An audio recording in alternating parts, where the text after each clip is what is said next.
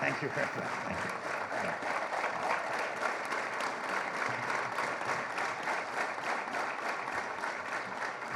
Mr. Prime Minister, Madam President, two of my very good friends here in Kosovo, it's always my pleasure to see you. It's always my pleasure to share the platform, especially on an event such as this. I also, of course, appreciate so many dignitaries are here from the government, from the parliament, from the diplomatic corps, but more important for me is the rest of you whose names or titles were not described in the introductions of others.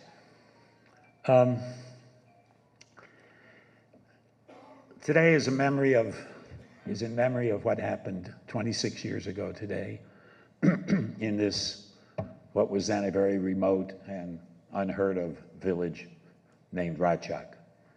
And I must say, when I came back from Montenegro the previous night and was told something had happened in a village called Reçakun, you know, I had to ask, where was it, what was it, and what had happened.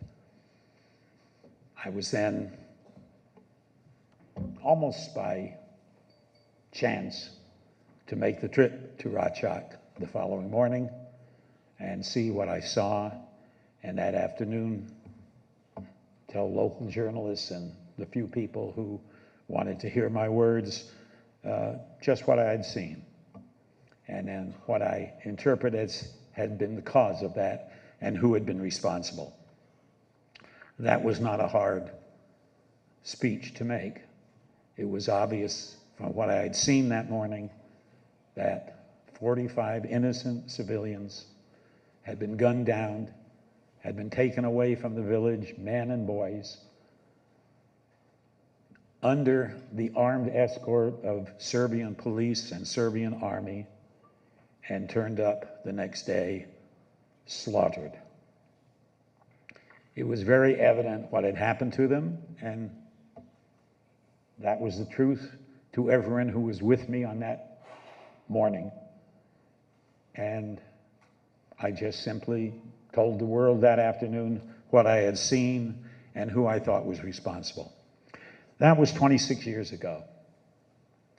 25 years ago, I came before a similar crowd here in this auditorium. I saw the villagers of Reçakun, and not knowing quite what to say, not quite able to capture what I should have been saying about the grief in that village, I said, 25 years ago today, I said, I'm going to write a book about this, and the title is going to be Reçakun. I apologize. I really am ashamed to say that that book has just come out today, 25 years later. But I'm very glad it is coming out. I'm very glad that the Prime Minister and the President have both told me it will be of value in terms of the youth of this country, the people of this country, hearing my description of what and why I participated in those events 26 years ago. To me, today, and I've come here to every memorial service I could. I think maybe I have attended 12 or 13 of these memorial services. I've usually come to say what I think everybody should say, is reminding people of what happened here on the 15th of January, 1998. But every year I come here, I also want to say Reçakun not only represents that terrible past, when the Serbs did to the Albanians and other communities the horrible, horrible things they did to them, with Reçakun not being the only one by any means, not being the only massacre. But now I come with the growing feeling that for me, Reçakun represents something very bright, which is the future of this Republic of Kosovo. This country, in just such a short time, the people of this country have taken what Reçakun and so many other things represent and turned this into a really wonderful, wonderful country. And the village of Reçakun is a very good example of it. We just visited a family, and it is not the Reçakun of 26 years ago.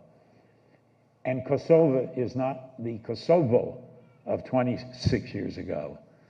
This is today a wonderful, thriving, prosperous, incredibly democratic country of which I am incredibly proud to have been a part of.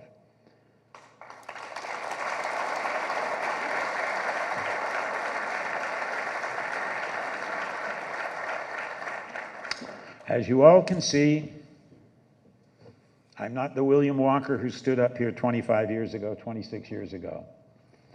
I am an old man. I will be, in a couple of months, celebrating my 90th birthday. And thank you. So I'm not too sure how many more times I will be before an audience such as this. Yesterday, the president, and a week or so, the prime minister, asked me if I would ever think of being a citizen of Kosovo. As you can imagine, my answer to that question would be, whoopee, yes, of course.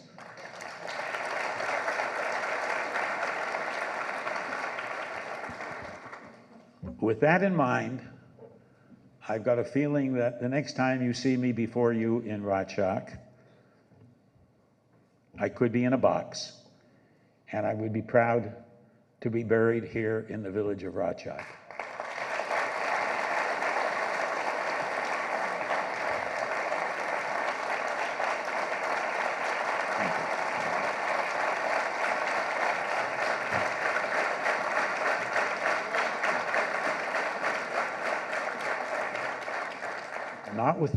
Notwithstanding that, I hope to see all of you again next year as we celebrate or commemorate what happened in Reçakun 26 years ago, and also what Reçakun has become today, January 15th, 2025.